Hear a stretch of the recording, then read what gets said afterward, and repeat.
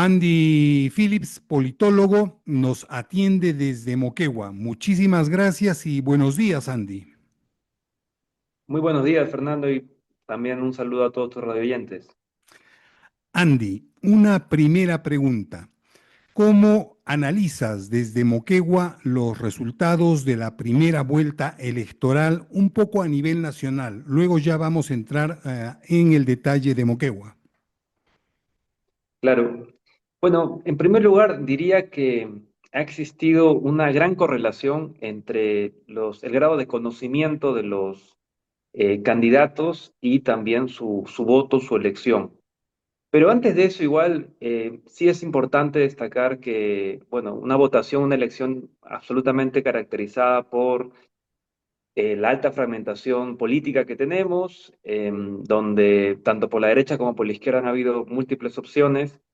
También creo que ha habido un ausentismo y un gran voto nulo blanco que también da muestra de una, bueno, bastante descrédito, bastante desconfianza al sistema político, a lo que llamamos democracia. Y también hay una suerte de, claro, de menor votación a las primeras opciones. Cada vez los primeros, o los que pasan a primer y segundo lugar, a segunda vuelta, necesitan menos votos para hacerlo. Y una campaña corta también, una campaña corta en el sentido de que mucha gente al final ha decidido prestar atención a la campaña hacia el final, ¿no? Y cómo no también mencionar que han habido ciertas desigualdades o asimetrías en la elección. Creo que no está de más recordar que, por ejemplo, han habido detenciones muy cuestionables como la de Guillermo Bermejo, la de Betsy Chávez, la de Pedro Castillo, incluso el propio Martín Vizcarra, que pese a que ahí tenemos delitos de corrupción, ha sido bien célere el proceso contra él. Entonces, una cancha, digamos, que estaba desbalanceada, que estaba inclinada para los que han sido parte, además de lo que hemos llamado la coalición autoritaria, porque Corrupta. además ellos han tenido, como bien sabes, una ventaja y es que podían hacer campaña con, bueno, en la práctica con dinero público, ¿no? O sea, podían utilizar su semana de representación para hacer campaña, así lo han hecho, y también hemos visto cómo se ha, digamos, relajado la regulación sobre el financiamiento privado y claramente hemos visto también un despilfarro brutal de algunos candidatos, de algunos partidos en redes sociales, en los streamers y todo esto.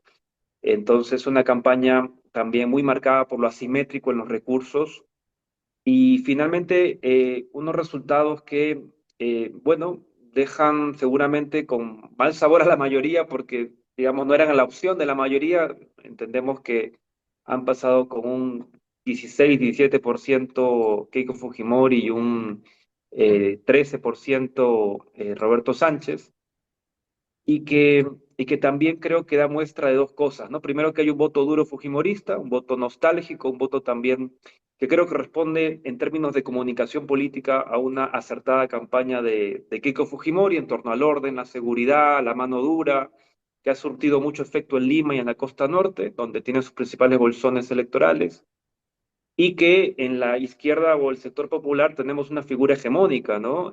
Que con capacidad en 12, que eso es algo muy difícil en el Perú, que es la de Pedro Castillo. A partir de ahí, el voto progresista, digamos, el que fuera de 2021 de Verónica Mendoza, ha pasado a López Chau, aparentemente, y ese voto de centro ha sido también muy disputado por Jorge Nieto, Marisol Perestello y también Mesías Guevara.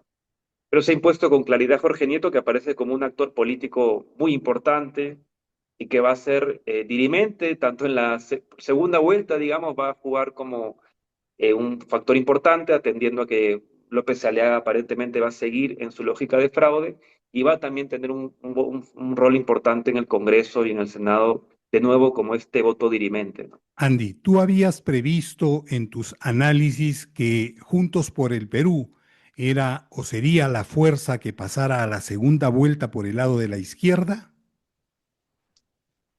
Era una probabilidad. Yo creo que en enero, febrero, había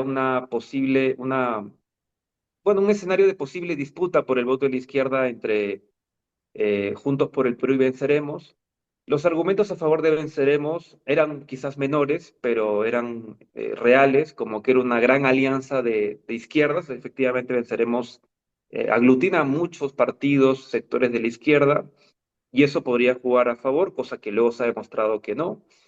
Y sin embargo, lo que digamos, podemos comprobar es que Ronald Atencio, debido a esta detención cuestionable de Guillermo Bermejo, pues es una figura muy desconocida, ¿no? La campaña de Venceremos empieza muy tarde, empieza en diciembre, en enero, cuando la de Roberto Sánchez o la de López Chao especialmente empiezan muchísimo antes. Y eso creo que jugó a favor. Y bueno, sabíamos que digamos, el voto, había un voto de justicia, un voto donde se quería hacer respetar y también hacer valer la dignidad del pueblo andino, rural, que creo que era un voto también bastante firme por Roberto Sánchez y Juntos por el Perú. Así que en la izquierda, digamos, era previsible que Juntos por el Perú tuviera mayor favoritismo, pero para mí la sorpresa realmente ha sido la de Belmont. O sea, todavía hay hipótesis que se pueden manejar en ese voto de Belmont. Por ejemplo, aquí en Moquegua, A eso es Belmont a ha lo que sido vamos, a, sí. Andy, pero un minutito todavía nos quedamos a nivel nacional. ¿Y cómo se mira desde Moquegua la campaña post primera vuelta que realiza principalmente López Aliaga y sectores fraudistas, ¿no? Que reclaman fraude desde los medios de comunicación hasta el candidato, hasta el propio candidato López Aliaga? ¿Cómo se nota, cómo se ve eso desde Moquegua? Bueno, con mucho escepticismo. Aquí no ha habido ninguna movilización a favor de López Aliaga. Y es verdad que algunos medios de comunicación, los principales, Americana, Radio Sol especialmente, han, digamos, ahondado en la duda, en las irregularidades, incidentes que han habido en Lima, especialmente este domingo, que incluso se tradujo en elecciones complementarias al día siguiente. Así es. Pero y sí han habido algunos gritos de fraude así al principio, sobre todo por la victoria de Keiko Fujimori, o sea, en el sur y Moquegua también, lo que no se entiende es que Keiko Fujimori ha salido en primer lugar, haya salido en primer lugar, no se entiende eso. Mucha gente es escéptica de que esta señora pase a segunda vuelta por cuarta vez. Y es eso la principal motivación de que haya una cierta desconfianza en este resultado. No tanto por Roberto Sánchez, es básicamente por el primer lugar tan contundente que ha conseguido Keiko Fujimori. Ya. Ahora, pasando a Moquegua, ahí tenemos que a nivel de la región, Juntos por el Perú, Sánchez ha obtenido la primera votación con aproximadamente un 13%. Le sigue Belmont, Obras, con un 12% aproximadamente. Ya a continuación, en el tercero y cuarto lugar quedan López Chao y Nieto, Jorge Nieto. Y ya más atrás está Keiko, Vizcarra y López Aliaga en el séptimo lugar. Sin embargo, esto es a nivel de la región. Pero si contemplamos las tres provincias que tiene Moquegua, veremos que en la provincia de General Sánchez Cerro, allí casi por 25% o más de 25% se impone Sánchez, Sí, quedando en segundo lugar Belmont, pero apenas con la mitad de porcentaje del que obtiene Sánchez. Y después Vizcarra, López Chau, Nieto, Keiko y Lescano. Ni siquiera aparece López Aliaga. En Mariscal Nieto, que es donde está Moquegua, la ciudad, gana también Sánchez, aunque no con el mismo porcentaje que lo hace en general Sánchez Cerro. Y finalmente en Hilo, ahí sí, Obras ocupa el primer lugar con un 13%, Nieto con un casi 12% y después sigue Sánchez con un 10%. Y ya después sigue López Chauque, con López Aliaga y Álvarez. Y ahí viene la respuesta, perdón, la pregunta en dos sentidos. La primera, el por qué, cuál es la explicación, cómo tú ujú, analizas el triunfo de Obras en el puerto de Hilo, en la ciudad de Hilo. Y en segundo lugar, la práctica casi desaparición de Vizcarra, cuando se consideraba que el partido de Vizcarra era fuerte en la región de Moquegua. Sí, muy bien, Fernando. Es cierto este resultado que mencionas. Recordemos que la provincia más habitada es la de Mariscal Nieto, con más de 100.000 electores, luego Hilo y ya con muchos menos Sánchez Cerro. En Sánchez Cerro, como sabemos, existe una presencia cultural de los quechua muy importante y creo que allí un voto identitario, un voto solidario por Pedro Castillo ha podido ser parte de la explicación de este voto. En Mariscal Nieto tenemos que también gana Roberto Sánchez, aunque muy ligeramente, y Belmont aparece allí muy cerca, junto a Nieto también y López Chao. Hilo en general, y eso también lo mencionaba con otros compañeros, amigos, colegas, desde Islay a Hilo y Tacna, o sea, toda la costa sur del Perú, la costa más al sur del Perú, ha votado por Belmont. Y eso nos llama mucho la atención y es una de las preguntas a las cuales no tenemos una respuesta fija, ¿no? ¿Qué hipótesis barajamos? La primera es que, bueno, estas regiones o estas provincias, estas zonas, incluida la región de Tacna, tienen bastante acceso a Internet, ¿no? Digamos que hay una mayor acceso a redes sociales que quizás en Sánchez Cerro, en las partes altas, y que Belmont tiene una fuerte presencia en redes sociales, especialmente en Facebook. Si vamos también a los datos de apoyo electoral de Belmont por sociodemográficamente, vemos que los mayores de 40, que son los usuarios de Facebook, son los que más han votado por Belmont. Luego, la verdad que es una incógnita cómo ha podido tener tanta votación en estas regiones, porque fíjate, Belmont no tenía inscritos ni un solo candidato a Congreso ni a Senado. O sea que no tenía presencia territorial, no tenía base en el espacio público, así que lo que barajamos es que es un voto o bien por redes sociales o bien también algún tipo de voto de recuerdo, de nostalgia, de una idea positiva de la gestión de Lima. Insisto, ¿no? Esto es algo que creo que todavía da para el debate. Luego creo que para explicar el voto de bajo de Mario Vizcarra tiene que ver con para mí, con el fuerte relato del voto estratégico, ¿no? Ese voto táctico que han hablado sobre todo cierta prensa de centro derecha de Lima, digital. Básicamente, digamos, había muchos mensajes de que votar a Vizcarra, votar a Atencio era votar tu voto a la basura. Entonces, que había que votar por uno de los que estaba arriba y creo que en ese sentido le ha convenido a perfiles como Nieto o López Chao. An- Sí, sí, sí, sí, dime, continúa, Fernando. continúa. No, luego iba a decir que el ex congresista Cutipa ha sido reelecto en la región Moquegua.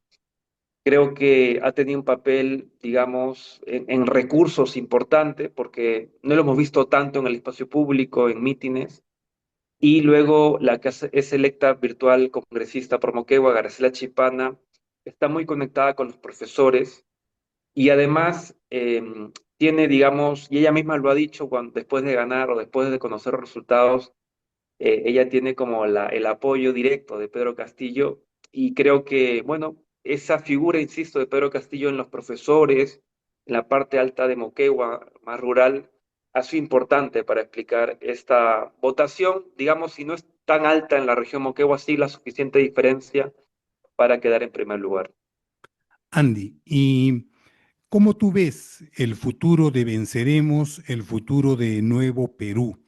Y en particular el futuro de esta parte de la izquierda que fue en la alianza Venceremos en las últimas elecciones. Bien, primero creo que venceremos el mal resultado electoral que ha tenido en 2000, en esta elección, se debe así como rápidamente, a una especie de efecto sándwich que ha tenido entre esta figura preponderante, ¿no? Recordemos también que, digamos, Castillo es el sol de un universo cada vez más pequeño. Mientras que Verónica más Castillo en 2021 sacaba más de 4 millones de votos, esta vez JP más Verónica, o mejor dicho, más Venceremos, sacan poco más de 3 millones de votos, ¿no? Digamos que el voto hacia la izquierda, si quieres sumar a López Chau, incluso no llega tanto como en 2021. Estamos ante un proceso, Fernando, y tú lo sabes muy bien, derechización de la sociedad y especialmente de la juventud, donde tenemos una clara presencia, una inversión muy fuerte de discursos de extrema derecha, del pensamiento disque libertario, y creo que la izquierda ha abandonado el voto joven, el voto rebelde y el voto progresista, ¿no? Especialmente lo digo por Venceremos. Es ahí cuando, o donde Roberto o López Chau ha tenido una victoria más clara, digamos que con figuras como Indira Wilca, Mirta Vázquez o Ruth Luque, ha conseguido arrebatar ese voto progresista más citadino, ¿no? Luego creo que respecto a futuro, bueno, sabes, la política peruana es muy contingencial, muy coyuntural. Yo en este momento tengo cierta preocupación sobre un posible golpe militar ante un resultado que no les guste, que no sea de su agrado, y por eso es que todo puede cambiar, ¿no? Pero a priori, eh, creo que venceremos. Hay distintas culturas políticas, hay distintos sentires o sensibilidades respecto a lo que es ser de izquierda. Eh, Creo que el Nuevo Perú representa algo distinto, algo especial, algo que de hecho se ha desdibujado en esta alianza, que es, digamos, una especie de, aunque suene muy académico, pero es una especie de lucha interseccional, o sea, donde el tema de clase, de género y también de raza, ¿no? Digamos, la lucha contra el racismo y el pensamiento colonial, lo intentamos tejer, lo intentamos trenzar Articular. y Mm. articular, exactamente. Y esto, bueno, el símbolo que mejor lo representa o el personaje que mejor representa esto para nosotros es Verónica Mendoza. En su momento también lo representaba muy bien Vicente Alanoca. Y creo que esto igual, en un momento como este, más polarizado, hasta resulta complicado quizás posicionar este discurso. Pero yo creo que todavía es vigente, que todavía se tiene que ir trabajando también más desde los territorios. Y desde un punto de vista de la autocrítica, creo que sí, efectivamente ha habido poco trabajo territorial. Igual creo que esta autocrítica se puede expandir a todos los partidos. Eh, y también ha habido, digamos, una falta de trabajo para levantar liderazgos regionales o nacionales, ¿no? O sea, ¿cómo es posible que no hayamos trabajado un liderazgo alternativo a Verónica Mendoza, ¿no? O sea, justamente, si bien es cierto, el Nuevo Perú no es un partido caudillista, sí que se comporta, o se pareciera que se comporta así en la práctica, ¿no? Y si no está la lideresa, las cosas no funcionan tan bien. Entonces creo que allí también cabe la autocrítica.